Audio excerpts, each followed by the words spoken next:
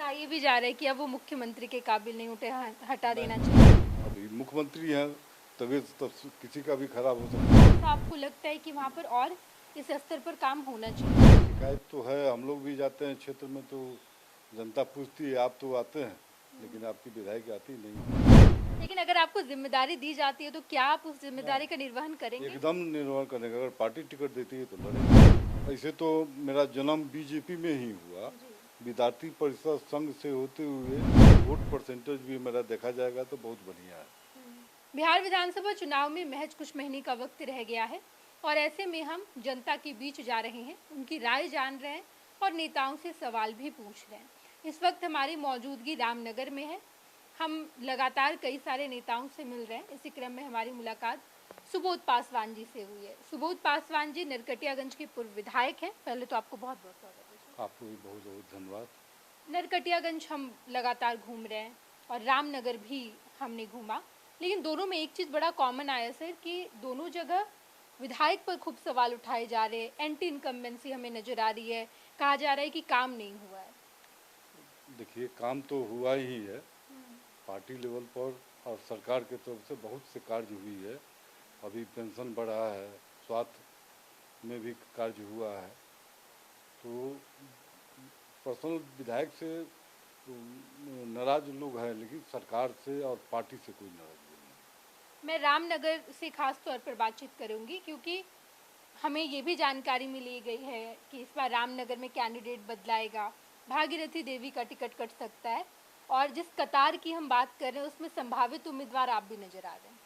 देखिए, पार्टी का कर्तव्य है, पार्टी का जो भी जिम्मेदारी मिला है हम करते आ रहे हैं और जो भी जिम्मेदारी मिली है, वाल्मीकि नगर लोकसभा में आपको चौतरवा का भी हमको प्रभार मिला था, इधर बेतिया लोकसभा का प्रभारी बने थे। हमने पार्टी का जो भी कार्य मिला एक कार्यकर्ता के रूप में करते आ रहे हैं। अब पार्टी निर्णय ले कि क्या करना है। रामनगर से अगर टिकट कट जाता है भागीरथी देवी जी का, आपका उस कतार में आपका नाम सबसे आगे चल रहा है। अब तक आपको पार्टी की तरफ से जानकारी मिली है? पार्टी की तरफ से कार्य करने के लिए कहा जा रहा है कि आप कार्य कीजिए। तो जो आपको टिकट दिया जाएगा, आप लड़ेंगे चुनाव? ये बड़े नेता से ही आप पूछिएगा तो बढ़िया रहेगा। लेकिन अगर आपको जिम्मेदारी दी जाती है तो क्या आप उस जिम्मेदारी का निर्वहन करेंगे? एकदम निर्भर करेगा, अगर पार्टी टिकट देती है तो लड़ेंगे हम। क्योंकि भागीरथी जी के खिलाफ बहुत एंटी इनकम्बेंसी, आपसे ये सवाल पूछना भी बेहद जरूरी है क्योंकि आप बीजेपी के नेता हैं। आप भागीरथी जी के लिए भी चुनाव प्रचार कर रहे होंगे। जब आप चुनाव प्रचार करते हैं तो क्या ऐसी शिकायतें आती है कि काम नहीं हुआ है? क्योंकि हम जब गए तो हमें बहुत ऐसी शिकायतें शिकायत तो है, हम लोग भी जाते हैं क्षेत्र में तो जनता पूछती है, आप तो आते हैं लेकिन आपकी विधायक आती नहीं है। तो हम खबर करते हैं और उन लोगों को अपने स्तर से समझा बुझाकर कार्य किया जाता है। बीजेपी ने बड़े उम्मीद से भागीरथी जी को टिकट दिया था, 3 बार की विधायक हैं और उन पर बड़ी उम्मीद जताई गई थी। ये कहने में कोई गुरेज नहीं कि कहाँ से उठाकर उन्हें टिकट दिया गया, भाजपा के एक कैंडिडेट का टिकट काट कर उन्हें दिया गया, लेकिन अब वो उम्मीदों पर खरी नहीं उतर रही हैं। अब इस पर जो लगी तो हम लोग पार्टी एक कार्यकर्ता के तौर पर क्या सोचते हैं आप इस बारे में? कार्यकर्ता के तौर पर यही सोचते हैं कि अगर हमको मिलेगा तो लड़ेंगे। दूसरी क्या, जो भी पार्टी की जिम्मेदारी मिलेगा आदमी निर्वाह करेगा। अब आप नरकटियागंज के पूर्व विधायक रहे हैं, लगातार बीजेपी के साथ काम कर रहे हैं। कब से आप बीजेपी के साथ जुड़े हैं? हम 2000, ऐसे तो मेरा जन्म बीजेपी में ही हुआ, विद्यार्थी परिषद संघ से होते हुए 95 में पहला उम्मीदवार बीजेपी का शिकारपुर विधानसभा में हम ही हुए। 2000 में टिकट मुझे नहीं मिली तो हम एनसीपी से चुनाव लड़े और उस समय सेकंड किए और 2005 में हम जीत गए, एनसीपी से ही जीते। और नवंबर में हम पुनः हार गए हम। उसके बाद लगातार जनता के बीच में रहे, परसीमन में चला गया, रामनगर गौनाहा पहले से ही प्रखंड मेला था विधानसभा में। लोगों के मांग पर, लोगों के कार्यकर्ताओं के अति पर हम फिर चले गए रामनगर लड़े, लगातार लड़ रहे हैं।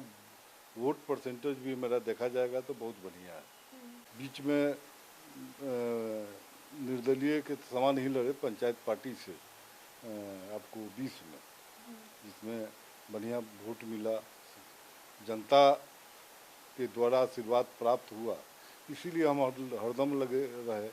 21 में मुझे फिर बीजेपी में ज्वाइन किए, तब से बीजेपी के द्वारा जो भी कार्य मुझे दिया गया करते आ रहे हैं, निर्वाह करते रहे। जनता के बीच बराबर हम रहे, हर दुख सुख में साथ रहते हैं। बिल्कुल, रामनगर में बहुत सारे बदलाव होने बाकी है, लेकिन अगर मैं आपसे पूछूं, क्या ऐसा आपको लगता है कि वहाँ पर और इस स्तर पर काम होना चाहिए? बहुत, अभी भी आपको पुल पुलिया, जो बड़ा बड़ा पुलिया है, पुल सब है, उसको बनाना है। और गांव की जो रोड की समस्या है, ये सब है, लेकिन हम लोग पार्टी लेवल पर उसको ऊपर अपने बड़े नेता को अवगत कराते रहते हैं, यह होना चाहिए। स्वास्थ्य की भी समस्या हमने बहुत देखी वहाँ पर, लोग कहते हैं कि स्वास्थ्य की व्यवस्था बहुत लचर है वहाँ।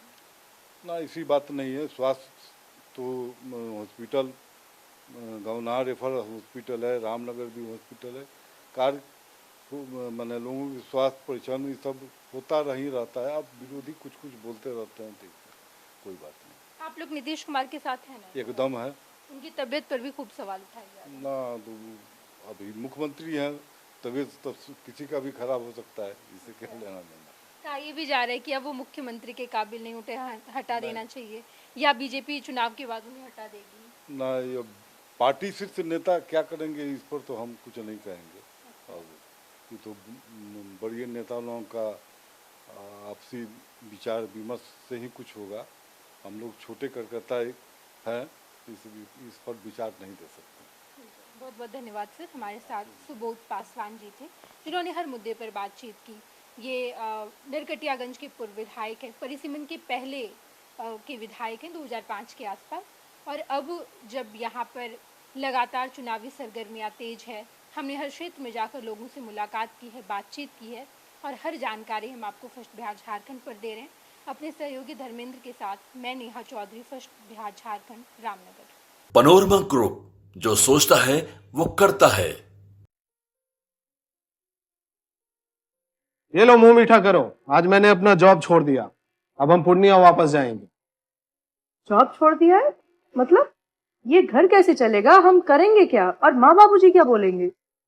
इसलिए मैं एक और मिठाई का डब्बा लाया। अपने बिजनेस के लिए लोन अप्रूव हो गया। अरे लोन अप्रूव हो गया वो तो ठीक है, लेकिन पूर्णिया में हम रहेंगे कहाँ? अपना घर भी तो नहीं है वहाँ। इसलिए तो एक और मिठाई का डब्बा अलग से लाया हूँ।